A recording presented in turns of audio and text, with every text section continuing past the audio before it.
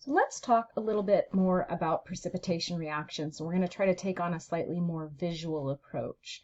So in a precipitation reaction, we have two aqueous solutions represented here as if we were zooming in and we could actually see the particles, right? We're not actually seeing the water, we're just seeing those ions that are dissolved in the water. So we have two soluble salts. So ionic compounds that are dissolved in water. So maybe, for example, we have like sodium carbonate, right? And we had solid sodium carbonate, but now we've dissolved it in water. So you'll notice like that in a chemical equation. And so when we see that, we know that the sodium isn't actually together with the carbonate anymore. You can see it. Maybe this one's the carbonate and this one's the sodium. They're actually what we say dissociated. They're spread out and apart from each other. So we could also look at it instead through the dissociation equation, which is really just another way of expressing what we see here, which is that for every 2 sodium ions that are dissolved in water, there's 1 carbonate ion that's dissolved in water. And so you'll notice with these dissociation equations, we have the charges, but with the chemical formula up here, we do not. And that's because the charge is really implied by the chemical formula. When we see a metal and non-metals bound together, when we see what we know to be a cation bound with what we know to be negatively charged, the charges are implied in the formula, but when we write them all by themselves, we need that to clarify that we're talking about the sodium ion versus like atoms of just elemental sodium, which are technically different things. So we have the dissociated equation, or we can write it this way, but they're really saying the same thing, that these are separated out from each other, surrounded by water molecules. This is able to happen due to the polarity of water, due to the fact that there's a negative portion of that dipole that can pull on the sodiums and a positive portion that can pull on and surround the carbonates. So maybe over here we have another one. Let's say this one is calcium fluoride. We had solid, but now we've dissolved it in water. So they are dissociated particles spread throughout the water. So we can look at that dissociation equation. For every 1 calcium ion that we have dissolved in water, we have 2 fluoride ions dissolved in water. And I'm using the periodic table for the most part to determine these charges, except when it comes to carbonate, which is a polyatomic ion whose charge I just have memorized. Its chemical formula and its charge. You can also sometimes deduce the charge using the ratio that was required up here. So we have these 2 aqueous solutions of soluble salts. So and we know they're soluble because we have this. This means dissolved in water. They are dissolved. Therefore, they must be soluble in water, right? And then we're going to put them together. So we pour them together. Maybe we had 2 separate test tubes and we pour them together, whatever. We end up with this. All of them then mixed together in this solution. So this might look like on the reactant side, okay, so we took our sodium carbonate that was dissolved in water and we added it to our calcium fluoride. It's also dissolved in water. This right here tells us, of course, what's, again, we could look at that. Sorry, I'm getting very wordy right here. We could also look at that through those dissociated equations, right? So we could say, okay, for every 2 sodium ions that are dissolved in the water, we have 1 carbonate ion. We also have calcium ions in the solution, and the 2 fluoride ions. So we have those ratios. So I would just have the 2 dissociated equations put together. And you might kind of recognize this is the start of a complete ionic equation where I'm actually showing them as the separated ions. So it's not a finish, but it's the beginning of that ionic equation. This is just the reactant portion right now. And then up here, Now, these are really saying the same things. They're just different ways to express it. Now, when we have that, we're going to have attraction between certain particles. So, you know, here and here and here and here and here and here, all of these particles are moving around and can have attraction.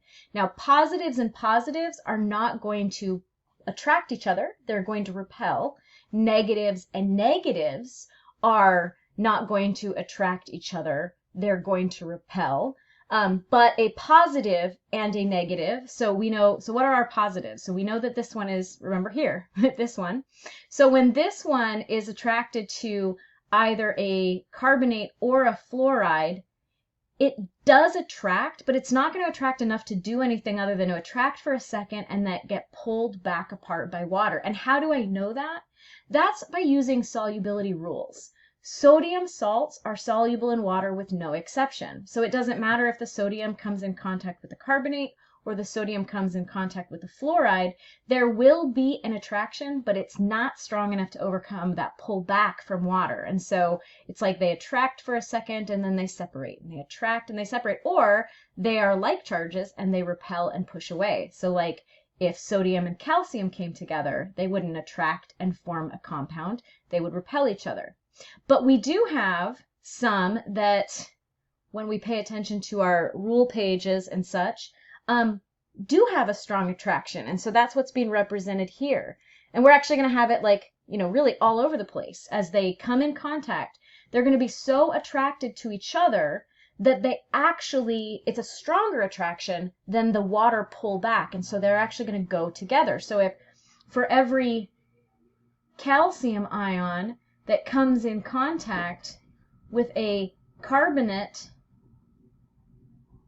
ion in solution,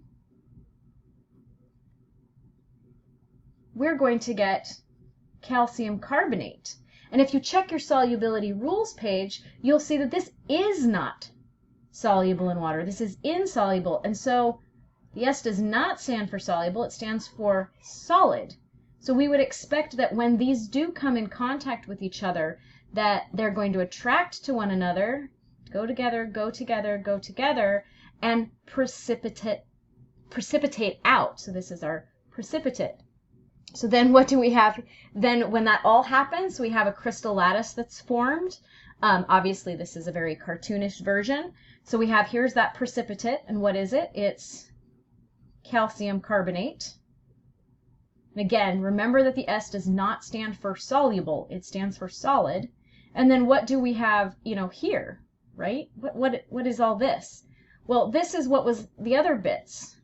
These are the sodium ions, right? And the fluoride ions, and they're still dissolved in water, right? So they still exist there. But they're still dissolved in water, and so we could express that like if we're doing an ionic equation, we could express it like that. We would exclude them from a net ionic equation, which is really what we were just looking at here, this last one. This was really our net ionic equation. It was really just focusing on the formation of the precipitate. So we would exclude them from that story. But we could also then just talk about, we could also write it like this.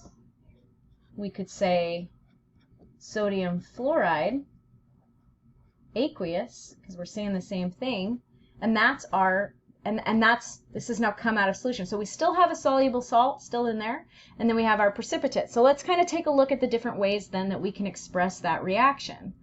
We can express it through that molecular formula where we say, okay, we had sodium carbonate dissolved in water, and we reacted it with calcium fluoride that was dissolved in water, and that generated sodium fluoride that still continues to be dissolved in water. We'll see it here.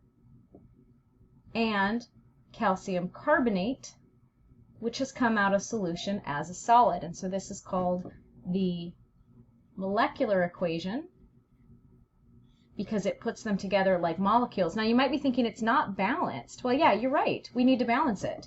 So I would need a 2 in front of there, and that's really just reflecting those ratios. And that 2 takes care of the sodium, and it takes care of the fluoride. But do notice that I didn't just bring these 2's over.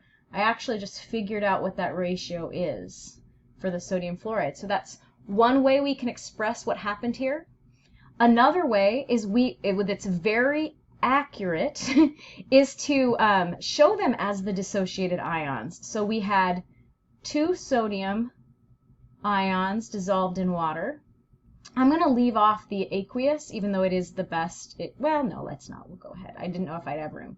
2 sodium ions dissolved in water for every 1 carbonate ion that we had dissolved in water. And we mixed with that 1 calcium ion dissolved in water for every 2 fluoride ions. So you'll notice how I'm kind of building off of all of the previous slides. 2 fluoride, and that generates 2 different things. It generates 2 sodium ions. 2 sodium ions yields 2 sodium ions still dissolved in water. 2 fluoride ions, and again I'm saying 2 for every, so this is just ratios. 2 fluoride ions still dissolved in water. And then finally, the last thing, calcium carbonate, which I do not draw as separated dissociated ions because they're not. They're not separated and dissociated anymore. They're right here as the precipitate. So that's the precipitate. It's the one that gets the S. Now this we call the complete ionic, and that it's called complete because it shows all of them, and it's called ionic because it shows them as ions, as dissociated ions, except of course for the precipitate, which I always think this is my precipitate. Now, another really common way is why include all of this information? Instead, we can just tell the story of how the precipitate itself was formed. We can exclude those that really end up just being spectators. Like again, it looks like these have bound together, and I could actually get them to bond together by filtering out my precipitate and then evaporating off the water. I could get this ionic compound out, but right now it's just dissociated in the water and it didn't really do anything. It just the wingman for the precipitate ions. So we also have a net ionic equation, which is when we tell the story of just, well, how did the precipitate form? The precipitate formed by 1 calcium ion in the solution coming together with 1 carbonate ion, because it just needs a 1-to-1 ratio. Since they're both 2's, plus 2 and minus 2, that's neutral, to yield the precipitate calcium carbonate. And this we call the net ionic equation. So 3 different ways of conveying the same information of what happened when we took our 2 soluble salts, our 2 aqueous solutions of soluble salts, and how from that we got an insoluble product, which we call the precipitate, and that's why these are called precipitation reactions. And you'll notice it's double displacement. We switch dance partners. Sodium came with carbonate, but leaves with fluoride. Calcium came with fluoride, but leaves with carbonate. So it's a switching of dance partners. Outside partners, inside partners. I hope that helps.